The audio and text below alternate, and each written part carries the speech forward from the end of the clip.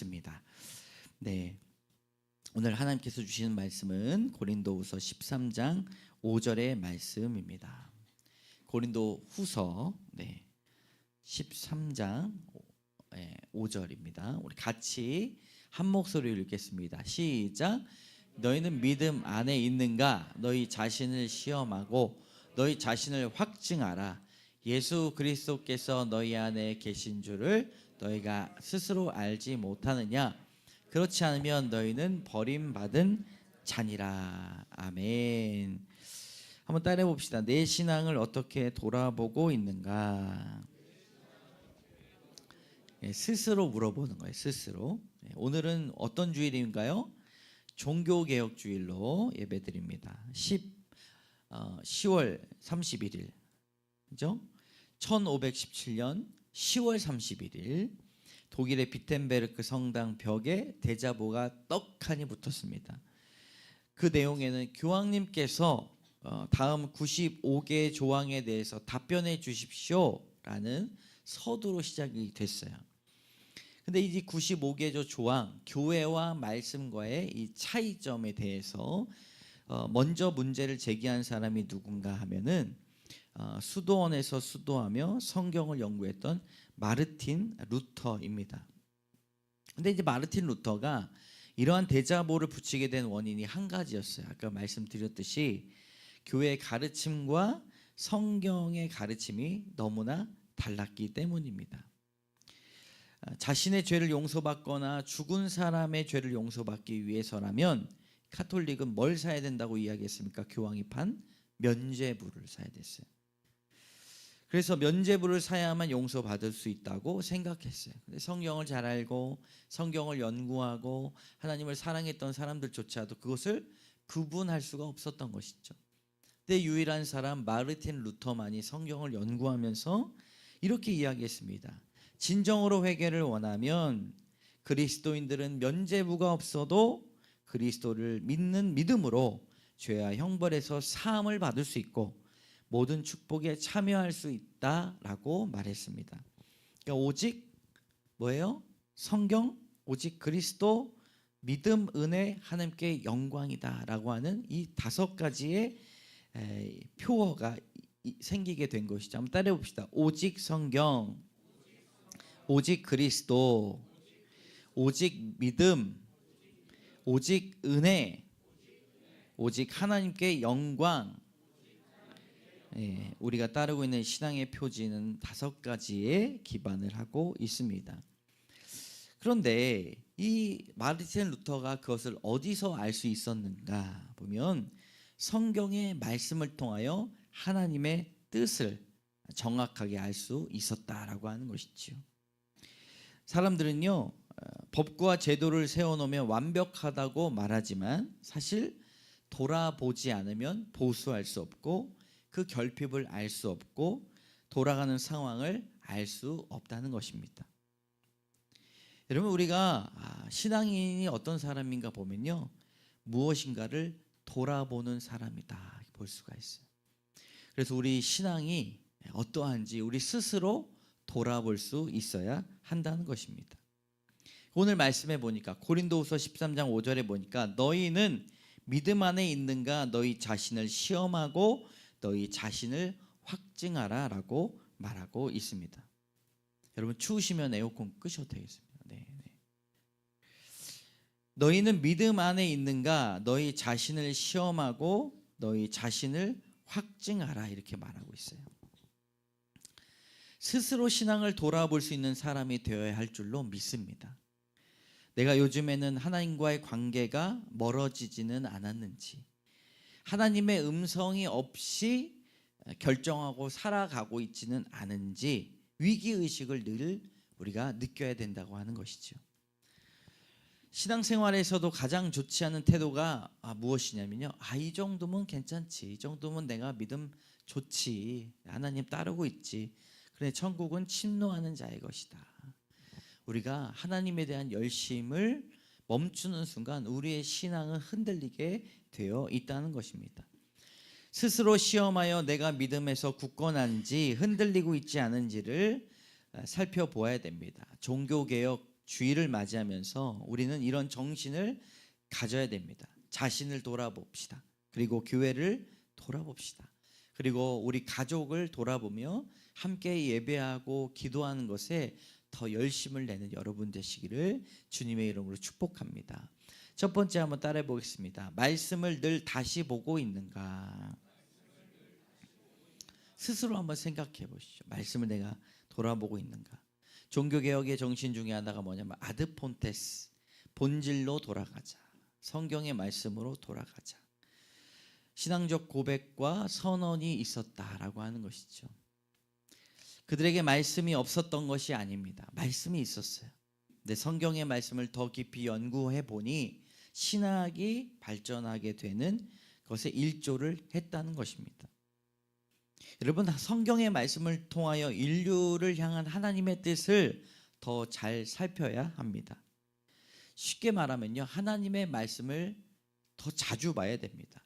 매일 보고 늘 보아야 되고 쉬지 말고 기도하는 것뿐만 아니라 쉬지 말고 말씀을 상고해야 될 줄로 믿습니다. 그냥 보는 것이 아니라 자꾸 들여다 보아야 됩니다. 한번 마음속에 생각해 봅시다. 내가 쉬지 않고 말씀을 생각하고 상고하는가? 그 안에 말씀을 한번 읽고 끝나는 것이 아니라 깊이 있는 묵상이 되어야 한다는 것이죠. 말씀을 끈덕지게 잡고 있어야 돼요. 가지마 가지마 하고 붙잡고 있어야 된다는 것입니다. 여러분, 가지마 하나님의 말씀을 진짜 가지마라고 한 사람들이 있어요. 성경에 보면은 사도행전에 사도 바울과 바나바가요 1차 전도 여행을 마치고 잠시 쉬었다가 2차 전도 여행을 나가는데 그 2차 전도 여행의 목적이 무엇인가? 교회를 돌아보는 것이었습니다. 성도를 돌아보는 것이었어요. 사도행전 15장 36절 세 번역을 한번 같이 읽어보겠습니다. 시작. 며칠 뒤에 바울이 바나바에게 말하였다. 우리가 주님의 말씀을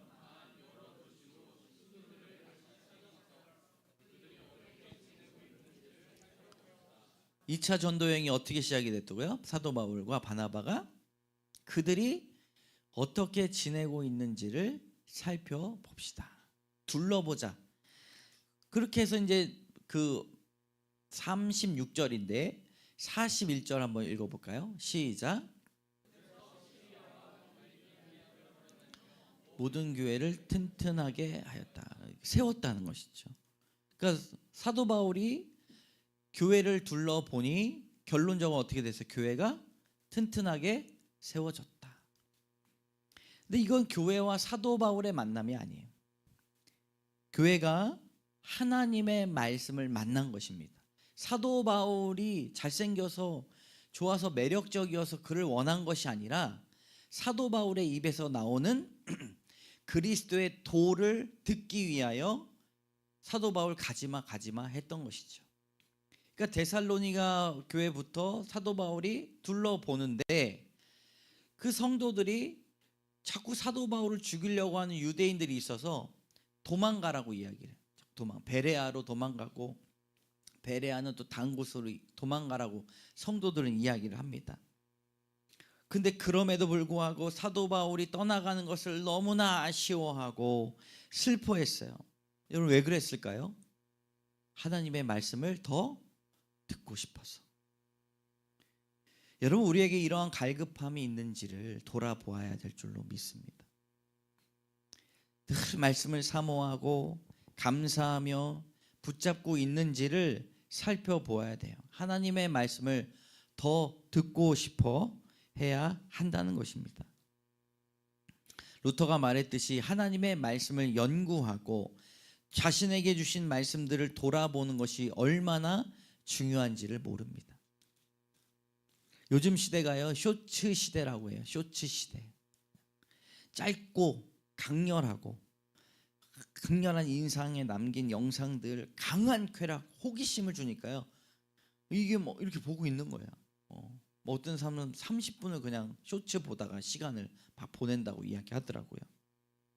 근데 정신의학과 의사 선생님들이 이런 강렬한 경험을 하고 할 때는 괜찮지만 그 이후에 어떤 문제가 생기냐면요 권태로움과 외로움, 불안 등이 다시 자신을 다른 중독으로 이끌어줄 무언가를 찾게 된다는 것입니다.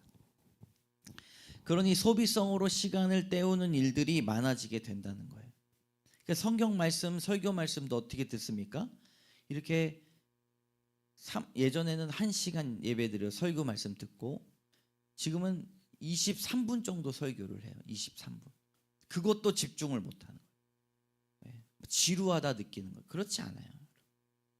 우리의 생활 습관이 나타나는 것이죠.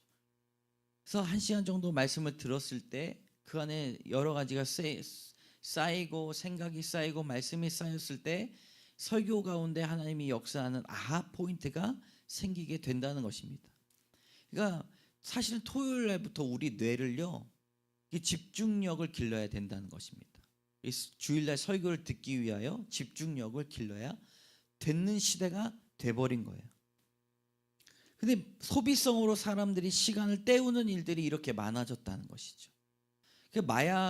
누가 그 마약에 대해서 이야기를 했는데, 마약도요, 자신이 고칠 의지가 있고 또 중독이 되지 않았는데도 다시 마약에 손대는 사람들이 누군가면요, 심심한 사람들이 손을 댄대요. 심심한 사람. 외로움, 불안, 권태. 그리스도인들은 열심히 사는 사람일 줄로 믿습니다. 자신들이 주신 그 말씀을 가지고 자신의 삶을 돌아보는데도 열심을 다해야 됩니다. 하나를 지속적으로 실행하고 다시 돌아보는 일, 말씀에서 너무 중요해요. 그 안에서 기쁨을 느끼고 감사를 느껴야 됩니다. 그러니까 영상을 볼 때도 기쁨의 도파민이 나오잖아요.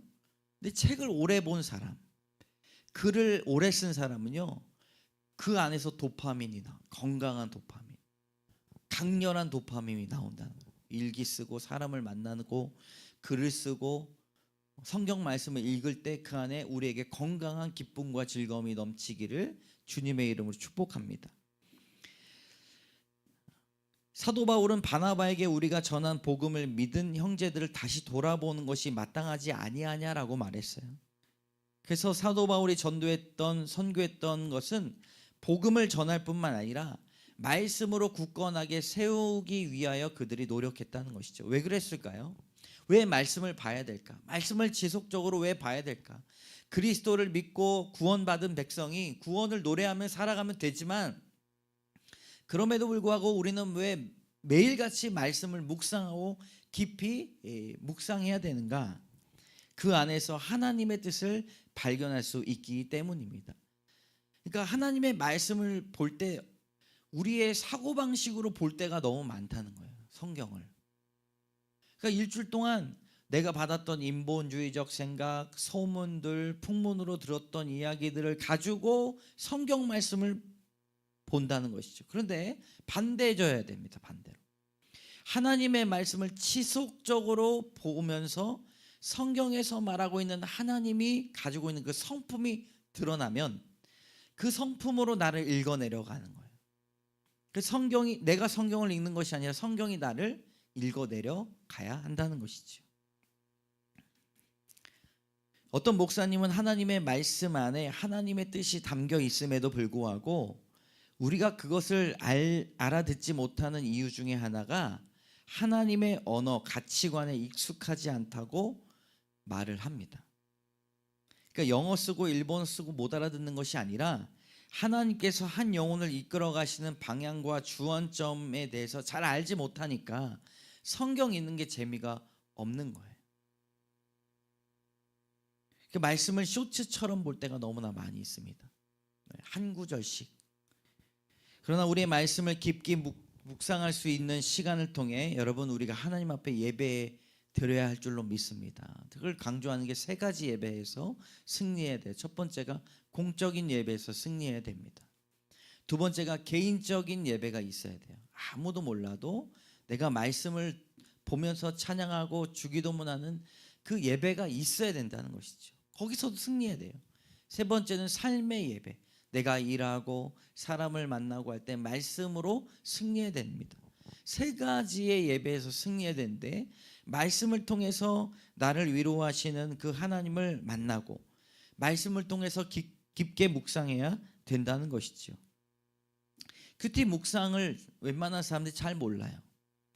큐티 어떻게 됩니까? 쭉 읽고 한 절 그냥 눈에 들어온 말씀 있으면 그거 그냥 보고 고백하고 그냥 끝나는 건데, 근데 그렇지 않습니다. 스스로 말씀을 통해서 스스로 질문해 볼 수 있어야 됩니다. 질문해 볼 수 있어야 돼요. 여러분 말씀을 읽고 말씀을 통하여 질문해 보시기를 원합니다. 베드로가 예수님을 만났을 때 나는 죄인이로소이다 나를 떠나소서 누가복음에 말씀했을 때 왜 베드로는 처음 만난 예수님 앞에 그가 무릎 꿇고 죄인이라고 이야기했는가 라고 하는 질문을 통하여서 하나님의 말씀 가운데 내가 연합이 되면서 내가 깨닫게 되는 것이지요. 어떤 목사님이 큐티를 같이 나누자 이야기해서 제가 큐티하는 방법을 강의를 하고 같이 본문을 가지고 나누고 있어요. 근데 그 목사님도 신학 공부도 하고 잘하셨어요. 사역도 잘하셨고. 근데 큐티 묵상하는 거에 대해서 가르침을 많이 못 받았다는 거죠. 그래서 제가 같이 저도 나눔을 하고 질문을 하고 답을 하는 가운데 이런 고백을 했습니다. 목사님 아침에 묵상했던 이야기가 제가 누구를 만나도 그 이야기와 스토리와 단어들이 툭툭 튀어나오는 것을 제가 발견했어요 라고 이야기하는 거예요. 그분이 목사님입니다. 저도 마찬가지죠. 우리는 하나님 앞에 모든 하나님 나라의 백성으로서 하나님의 말씀을 묵상할 때 그것을 가지고 질문하고 누군가를 대하고 사건들이 나를 찾아왔을 때 그 오늘의 말씀들이 떠올라야 된다는 것이죠. 그 말씀을 가지고 묵상하는데 빈배라고 하는 단어들이 들어오면 내가 지금 하나님이 계시잖아 빈배가 아닌가 고백을 하면서 다른 사람에게 이런 고백을 했다는 것입니다. 여러분 하나님의 말씀을 얼마나 우리가 깊게 보고 있는가 스스로 살펴보시는 여러분 되시기를 주님의 이름으로 축복합니다. 두 번째로 한번 따라해 봅시다. 나는 결핍이 무엇인지 하나님께 물어보고 있는가. 네, 여러분 첫 번째가 뭐였어? 하나님 말씀을 내가 자주 보고 있는가, 깊이 보고 있는가, 스스로 돌아보는 것이죠. 두 번째는 나의 결핍이 무엇인지 하나님께 물어보고 있는가입니다. 여러분 이 세상에서 가장 무서운 사람 중에 한 사람이 누구냐면 나는 원래 이런 사람이야 변하지 않는 사람이 가장 무서운 사람이라고 합니다. C.S. 루이스라고 하는 이 작가는 순전한 기독교라는 책에서 인간 스스로에 대해서 선지식, 선이해를 가지고 왜 신앙이 필요한가를 쭉 설명하고 있는데 사람이 어떤 면에 있어서는 가르치지 않고 깨닫지 않아도 스스로 생각하는 게 있다는 거예요. 있다는 게 있어요. 그게 뭐냐면 이것은 지켜야 돼, 그건 하면 안 돼라고 하는 생각들이 다 각자 있다는 것입니다. 그 인간에 대한 그 선이해라는 거예요. 사회적 통념상 옳고 그름에 대한 개인적인 생각들이 다 있다는 것입니다. 이건 안 돼, 여기까지는 안 돼, 사람을 죽여서는 안 돼, 도둑질해서는 안 돼. 이런 것들이 뭐냐면 자연법이에요. 자연법. 뭐라고요? 자연법. 그런데요 재밌는 것은 이 자연법이 다 누군가에게 있어요. 근데 자연법을 재밌는 것이 우리는 지키지 못한다는 것입니다. 나 원래 이런 사람이야, 내 태생이 이래 라고 다른 사람들을 대할 때는 어떻게 사람이 그럴 수 있어 라고 말을 하지만 정작 그것이 자신의 경우일 때는 다른 사람들에게 선처와 관용을 바란다는 것입니다. 잘 들어보십시오. 누군가에게 왜 바르게 행동해야 됩니까? 라고 물어보면 그 질문이 이렇게 답할 수가 있어요. 사회에 유익을 주기 위해서입니다 라고 말을 할 수 있다는 거예요. 누군가에게 왜 바르게 행동해야 됩니까? 그러면 사회에 유익이 되기 위해서입니다. 그런데 이 질문을 다시 한번 잘 살펴보면 사실상 왜 바르게 행동해야 됩니까? 라고 질문했을 때 바르게 행동해야 됩니다, 행동해야 되기 때문입니다 라고 답을 한다는 거나 마찬가지라는 것입니다. 다른 예로 보면 왜 사람은 열심히 살아가야 합니까? 라는 질문에 사람이 열심히 살아가야 하기 때문입니다 라고 말을 한다는 거예요. 그러므로 우리의 삶 속에서 어떤 질문에 대한 답을 할 때 우리는 그 질문이 가지고 있는 근원적인 물음을 해소할 수 없다라고 하는 결론에 이른다는 것이죠. 나는 왜 이렇게 아파할까? 나는 왜 이렇게 상처를 잘 받을까? 나는 왜 이렇게 돈 때문에 힘들어할까? 스스로 질문을 해도 해결할 수가 없다는 것이죠. 그것이 우리 인간의 기본적인 결핍이라는 것입니다. 그래서 우리에게 하나님이 필요하다고 말을 하는 것이죠. 하나님께 우리의 결핍을 물어보아야 한다는 것입니다. 그 질문을 주신 분이 하나님이시기 때문에 하나님 안에서 그것에 대한 답변을 찾아볼 수 있기 때문입니다. 마찬가지로 오늘 두 번째 주제가 결핍에 대한 문제인데 하나님을 찾아야 나의 결핍에 대한 결론을 내릴 수가 있다는 것이죠. 나의 비교의식, 피해의식, 불안과 슬픔이 왜 찾아오는지 여러분 하나님 앞에 물어보시는 여러분 되시길 주님의 이름으로 축복합니다. 이런 결핍들을 잘 돌아보고 있는지를 알아야 해결의 문이 그리스도 안에 있다는 사실을 우리는 알 수가 있어요.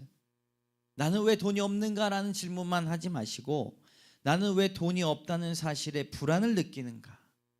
때로는 내가 돈을 많이 벌었을 때 그 씀씀이가 헤퍼지는가? 돈을 많이 벌었을 때 내 어깨에 뽕은 올라가고 왜 마음의 교만이 올라가는가? 이런 여러 가지 인생에 찾아오는 결핍들을 스스로 질문하고 살펴볼 수 있어야 된다는 것이죠. 하나님 없이는 아무것도 해결할 수 없다는 것을 발견해야 됩니다. 성경은 하나님의 뜻이 선포되어 있지만 공중에 맴도는 소리로만 남겨진 것이 아니라 성경에서 찾아볼 수 있는 수많은 인간의 군상들을 우리가 발견하면서 나를 발견할 수 있다는 것입니다. 사람을 알아야, 사람의 결핍을 알아야 예수 그리스도의 사랑을 말할 수밖에 없는 우리를 발견할 수 있다는 것입니다. 그래서 100세가 넘어도 책을 쓰고 계시는 크리스찬인 김영석 교수님이 자신의 책 가운데 이렇게 써요. 인문학의 꽃은 예수의 사랑을 아는 것이다. 아무리 수많은 책을 알고 지식을 알고 지혜를 알아도 예수 그리스도 안에서 해결받지 못하면 그것은 허망한 이야기예요. 어떻게 하면 잘 살 수 있습니까? 잘 살면 됩니다. 이런 공허한 질문밖에 되지 않는 것이죠. 하나님 앞에 그것을 여쭤봐야 된다는 것이죠. 성경의 인물 중에 야곱이 수많은 인생의 자신의 결핍들을 가지고 야복 강가로 나아가 하나님을 대면하고 천사와 씨름했을 때 하나님은 허벅지를 치시지만 결국 야곱은 하나님과 겨루어 이긴 사건을 통하여 이름이 바뀌게 됩니다. 이스라엘이라고 이름을 바뀌어요. 하나님을 겨루어 이긴 자. 사랑하는 성도 여러분, 우리가 평생도록 두려워했던 어떤 문제와 결핍들은요, 하나님 앞에 나아가야만 담담한 마음을 가질 수 있다는 사실을 기억해야 됩니다. 수많은 이런 결핍과 어려움들을 스스로 무시하고 스스로 이겨내려고 하지 마십시오. 하나님 앞에 그 결핍들을 내려놓을 때야만 그 답을 얻을 수가 있다는 것입니다. 그러므로 우리의 결핍은 나의 실수나 아픔이나 운빨이 없어서 그런 것이 아닙니다. 그 결핍을 통해 나 자신을 누구보다 더 잘 알 수 있고 그 결핍을 통해 하나님을 더욱더 신뢰할 수 있기 때문입니다. 그래서 불안하는 사람이 아니에요. 그리스도인들은 다른 것들 때문에 불안해하는 사람들이 아닙니다. 예레미야가 3장 40절의 말씀을 같이 읽겠습니다. 시작. 우리가 스스로 우리 행위들을 조사하고 여호와께 돌아가자. 아멘. 자신들을 그리스도 안에서 잘 살펴보고 돌아보고 돌보시는 여러분 되시기를 원합니다. 그런 결핍들을 통하여 하나님을 더욱더 알아갈 수 있다는 것이죠. 세 번째 따라합니다. 어떤 목적으로 살아가고 있는가? 요엘 2장 13절의 말씀을 같이 읽습니다. 시작. 너희는 옷을 찢지 말고 마음을 찢고 너희 하나님 여호와께 돌아올지어다. 그는 은혜로우시며 자비로우시며 노하기를 더디하시며 인애가 크시며 뜻을 돌이켜 재앙을 내리지 아니하시나니. 아멘. 스스로 신앙을 돌아볼 때 요엘의 말씀은 독특합니다. 마음을 찢어야 한다고 말을 합니다. 사람들은 고통스럽거나 하나님 앞에서 자신이 역겨운 입장이 될 때 자신의 옷을 찢어서 자신을 표현합니다. 못 살겠습니다. 네. 아내가 막 잔소리할 때는 막 옷을 찢어서라도 나를 표현하고 싶은데 그러면 알아들을까 못 알아들을까 막 마음이 아플 때가 너무나 많이 있었어요. 네. 막 고통스럽고 나의 마음을 전혀 알아주지 못하는 것 같고. 네. 지금 웃으시는 분들은요 그런 경험 다 있어요. 그래서 저는 실제로 옷을 찢은 적도 있습니다. 네. 과격한 표현이 아니라 내 마음을 알아줘야 된다는 것이죠. 마음을 찢는다는 것은요, 지금까지 살아왔던 마음이, 요엘이 너희는 마음을 찢고 하나님께로 돌아오라, 마음이 새롭게 되기를 바란다는 것입니다. 내 행위를 통해 알 수 있는 것은 우리가 무엇을 위해 살아가야 하는지 확실히 알지 않으면 고통스럽다는 것입니다. 제가 아내를 붙여주신 이유를 알았으면 옷을 찢지 않았을 거예요. 우리 하나님이 나를 붙여주신 이유, 이제 조금 알아. 야, 그래서 붙여주셨구나. 그래서 만나게 하셨구나. 하나님께서 우리의 삶의 목적을 가르쳐 주시지 않으면 그만큼 고통스러운 삶이 없다는 것입니다. 개혁은 고통스러운 것이지만 개혁이 없는 신앙만큼 고통스러운 것이 없다는 것을 알아야 됩니다. 여러분, 지금까지 어떤 목적으로 가지고 믿음 생활을 하십니까? 어떤 사람은 습관 때문에 교회를 다니고, 어떤 사람은 인간관계 때문에 교회를 다니고, 어떤 사람은 축복을 받으려고 다니고, 어떤 사람은 벌 안 받으려고 다니는 거예요. 실제적으로 벌 안 받으려고 다니는 사람이 있어요. 네.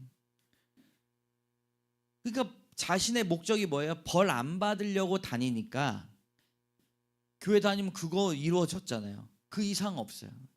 그냥 벌만 안 받으면 되는 거죠. 신앙에 도약이 없고 발전이 없는 것이죠.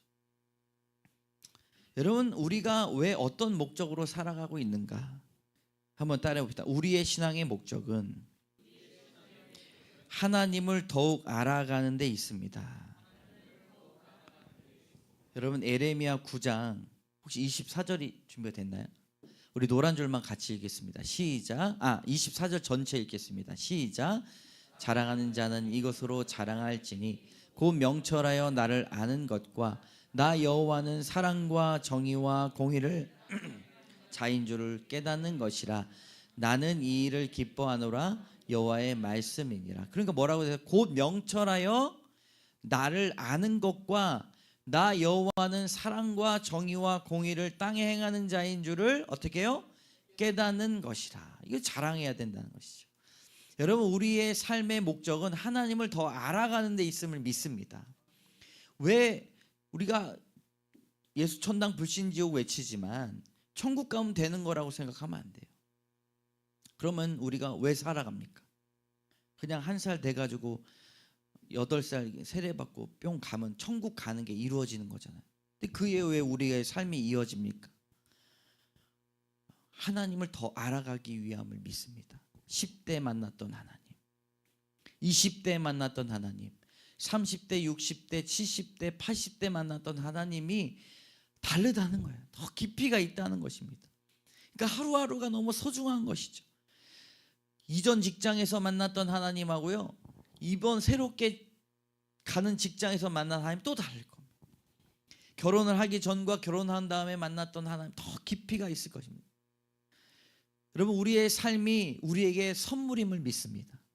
어제보다 오늘 더 하나님을 사랑하고 오늘보다 내일 더 주님을 사랑하는 그런 기회들이 우리에게 선물과 같이 전해져 있다는 것입니다. 하나님을 위해 열심을 내시기를 주님의 이름으로 축복합니다. 이곳저곳 기도원, 이 기도원, 저 기도원, 이 목사님, 저 목사님, 이 교회, 저 교회 다니라는 것이 아니라 이 열심은 내 삶을 인도하시는 살아계신 하나님 앞에 내가 성실하고 진실하게 살아가는 열심을 말하는 것입니다. 아무도 없어도 여러분, 하나님 어떻게 역사하시는가? 하나님 보여주시면 되지 않나, 그렇게 생각할 때가 많았어요. 인생의 순간에서 끊임없이 숨기시고 비밀스럽게 나타내시는 하나님을 만나시기를 주님의 이름으로 축복합니다. 하나님은요, 은밀한 중에 일하셔요. 하나님이 찾으시는 위대한 사람이 은밀한 중에 하나님을 사랑하는 사람이기 때문입니다. 다른 사람 보지 않고 다른 사람에게 보여주는 신앙이 아니라 내가 홀로 걸어갈 때 하나님, 내가 주님을 사랑해요. 내가 주님을 지켜요. 진실하게 주님을 섬기기 원해요. 하나님, 나를 만나주셔서 감사해요 라고 하는 그런 고백들, 은밀한 중에 골방에서 기도하고 아무도 모르는 그 마음속에 진실로 하나님을 알아가고자 애쓰는 그런 한 사람을 지금도 찾아주심을 믿습니다. 그러니까 정금 같은 사람을 만나시기를 원하시는 것이죠. 그래서 그 사람에게 복을 주시고 은혜를 주시고 늘 동행해 주신다고 약속하셨습니다. 여러분, 이것을 믿으십니까? 그런 사람이 얼마나 하나님을 기쁘시게 하는지를 알아야 된다는 것이죠. 여러분, 우리 은혜비 광성교회 성도 여러분, 하나님을 진실하게 기쁘게 해드리는 여러분 되시기를 주님의 이름으로 축복합니다. 하나님을 알아가기에 힘쓰는 여러분 되십시오. 정결하고 깨끗한 심령을 소유하고, 여러분, 개혁의 날, 이 종교개혁주일은요, 그 날의 사건을 기념하기 위한 것이 아니라 우리의 신앙이 하나님 앞에 살아있는가를 돌아보는 날이라는 것이죠. 그래서 말씀 앞에 나를 세우고 결핍 앞에 하나님을 찾으며 목적 앞에 하나님을 다시 고백해야 된다는 것입니다. 믿음은 스스로 자라지 않습니다. 돌봄과 점검 속에서 자라납니다. 그래서 부부간에서도 말씀 묵상 잘하고 있어? 이 잔소리가 되면 안 되지만 잔소리처럼 느껴지면 여러분 하지 마십시오. 그냥 본을 보이시는 게 나을 것 같습니다. 내가 하나님 앞에 말씀을 묵상하고 부부 대화 가운데 그 말씀을, 단어들을 이야기하고 고민을 털어놓을 때 내가 오늘 그 말씀을 이야기하면서 여러분, 우리의 삶과 가정을 돌보는 여러분 되시기를 주님의 이름으로 축복합니다. 우리 함께 우리 제목 한번 같이 읽어볼까요? 네. 한번 따라해봅시다. 내 신앙을 어떻게 돌보고 있는가? 말씀을 늘 다시 보고 있는가? 나는 결핍이 무엇인지 하나님께 물어보고 있는가? 어떤 목적으로 살아가고 있는가? 네, 여러분 1분간 우리 기도의 자리로 나가며 이 같이 기도 제목을 가지고 말씀을 들으면서 1분간 기도하며 나가도록 하겠습니다.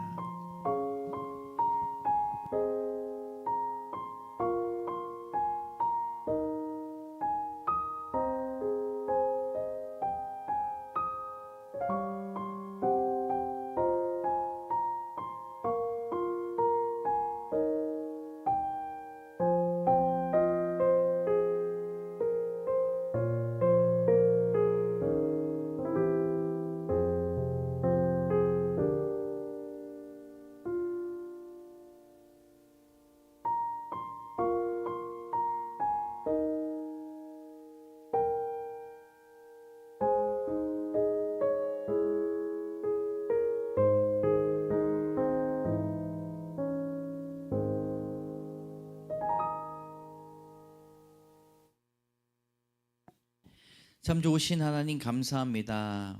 종교개혁주의를 맞이하여 하나님 말씀 앞에 하나님 우리를 점검하기를 원합니다. 말씀을 본다라고 이야기하지만 하나님, 우리의 생각으로 말씀을 보지는 않았는지 하나님 점검케 하여 주시고 하나님의 뜻과 생각과 마음과 성품을 말씀을 통하여 닮아나가는 저희들 되게 하여 주시옵소서. 그리하여 말씀으로 우리의 삶을 해석하게 하여 주시고 우리의 입술에 거룩한 열매들이 이 성경의 단어와 문장들이 튀어나올 수 있도록 인도하여 주시옵소서. 하나님, 우리의 결핍들, 어려움들, 힘든 것들이 스스로 이겨내고 때로는 감당하지 못할 것들 무시하고 살지는 않았는지요. 하나님 앞에 우리의 결핍들을 다 내려놓기를 원합니다. 그리하여 하나님께서 우리의 삶을 해석하여 주시고 이해시켜 주시고 안아주시고 위로해 주시고 사랑해 주시는 그 놀라운 일들을 경험케 하여 주시옵소서.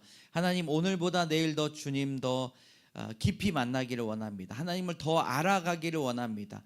하나님, 우리에게 하루하루 이 생명과 같은 하루는 하나님을 더 알아가려고 하는 선물임을 깨닫게 하여 주시옵소서. 그리하여 고통과 어려움 속에 고난 속에 있을지라도 나 자신을 알아가며 놀라우신 살아계셔서 역사하시는 하나님을 더 알아갈 수 있는 저희들 되게 하여 주시옵소서. 하나님, 날마다 우리의 신앙을 스스로 점검하며 흔들리지 않는 믿음으로 성령께 간구하는 저희들 되게 하여 주실 줄로 믿습니다. 모든 말씀 예수 그리스도의 이름으로 감사드리며 기도드립니다.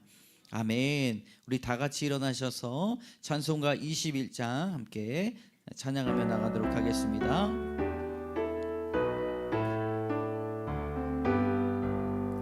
다 찬양하여라 전능왕 창조의 주께 내오나 주 찬양 평강과 구원의 주님 성도들아 주 앞에 이제 나와 즐겁게 찬양하여라. 다 찬양하여라.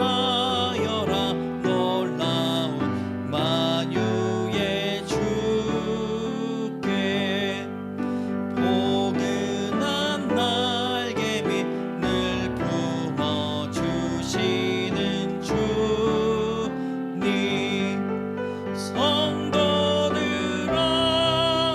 주님의 뜻 안에서 내 소원 다 이루리라. 다 찬양하여라. 온 몸과 마음을 바쳐 이 세상 만물이 주 앞에 다 나와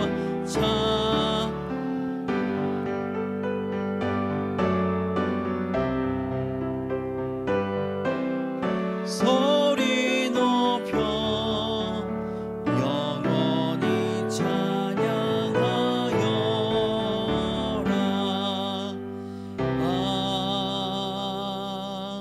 아멘.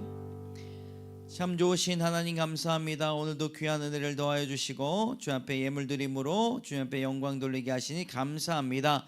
우리가 마음과 정성을 다하여 드린 이 예물을 주님께서 기뻐 받아 주시옵소서. 더불어 우리의 기도 제목과 애통하는 심령을 드리오니 주님께서 받아주시고 하나님 응답하여 주시옵소서.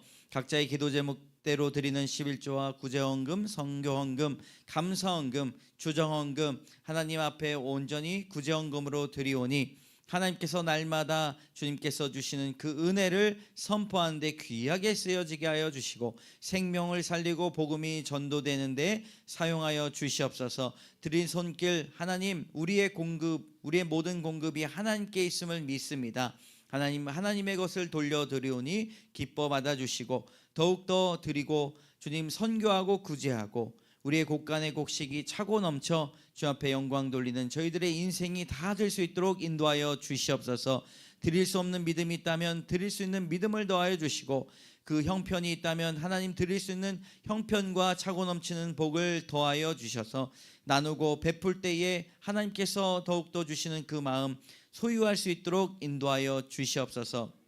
맡겨진 것들을 하나님 잘 관리하고 잘 쓰고 선교하고 구제하기를 원합니다. 또한 우리가 서로를 돌아보아 주 앞에 잘 서 있는가, 주 앞에 굳세게 믿음 유지하고 있는가 주님 살펴보는 저희들에게 지혜와 명철을 더하여 주셔서 우리 은혜빛 광성교회가 날마다 서로 의지하며 말씀 가운데 온전히 서가는 귀한 교회가 될 수 있도록 인도하여 주시옵소서. 시험을 앞두고 있는 우리 청년들이 있습니다. 하나님 끝까지 유종의 미를 거두게 하여 주시고, 하나님 또 배우자를 찾고 있는 청년들 하나님께서 날마다 복에 복을 더하여 주셔서 하나님의 시선으로 배우자를 찾게 하여 주시고 순적하게 만나게 하여 주시옵소서. 태의 문을 열어주시고 하나님 2025년도 2026년도 하나님께서 주시는 놀라운 복을 소유한 가정 되게 하여 주시며 아기의 울음소리가 차고 넘치는 교회와 가정으로 인도해 주실 것을 믿습니다. 하나님 날마다 기도하는 그 가정 가운데 위로하여 주시고 복을 주님 선포하여 주시옵소서. 하나님 교회가 여러 가지 활동하고 또 섬기는 가운데 보이지 않는 손길, 날마다 수고하고 애쓰고 중보하는 손길이 있습니다. 하나님께서 그 마음에 평강의 복을 더하여 주시고 하나님 교회를 위해서 헌신할 때에 하나님 기쁘게 받아 주시옵소서. 마음이 아프고 육체적인 질병이 있고 또 수술을 앞두고 있는 형제 자매 성도들이 있습니다. 하나님 더욱더 에덴으로 돌아가 우리의 육체를 강건케 하여 주시고 날마다 생명의 나무를 따먹고 회복되었던 아담과 하와와 같이 하나님 우리도 말씀 가운데 회복되는 귀한 역사를 경험케 하여 주시옵소서. 나사렛 예수 그리스도의 이름으로 명하노니 모든 약한 것들은 떠나갈지어다, 모든 악한 것들 떠나갈지어다 선포하며 나가며 믿고 살아가는 저희들 되게 하여 주시고 직장에 어려움이 있는 성도들 주님께서 인도하여 주셔서 좋은 만남 좋은 거래 주님께서 날마다 베풀어 주시는 하나님의 놀라운 그런 은총을 주님 맞이할 수 있도록 인도하여 주시옵소서. 오늘도 모든 것 주께 영광 돌리며 예수 그리스도의 이름으로 감사드리며 기도드립니다. 아멘. 지금은 우리를 구원해 주신 예수 그리스도의 은혜와 하나님의 사랑과 성령의 교통하심이 이 자리에 나와 하나님 내가 말씀으로 스스로 돌아보겠습니다. 하나님 결핍을 십자가 앞에 내려놓습니다. 귀한 목적으로 오늘도 하나님을 알아가는 귀한 백성들 되게 하여 주시옵소서. 결단하며 나가는 귀한 성도들 머리 위에 이제로부터 영원까지 함께 하시기를 간절히 축원하옵나이다. 아멘.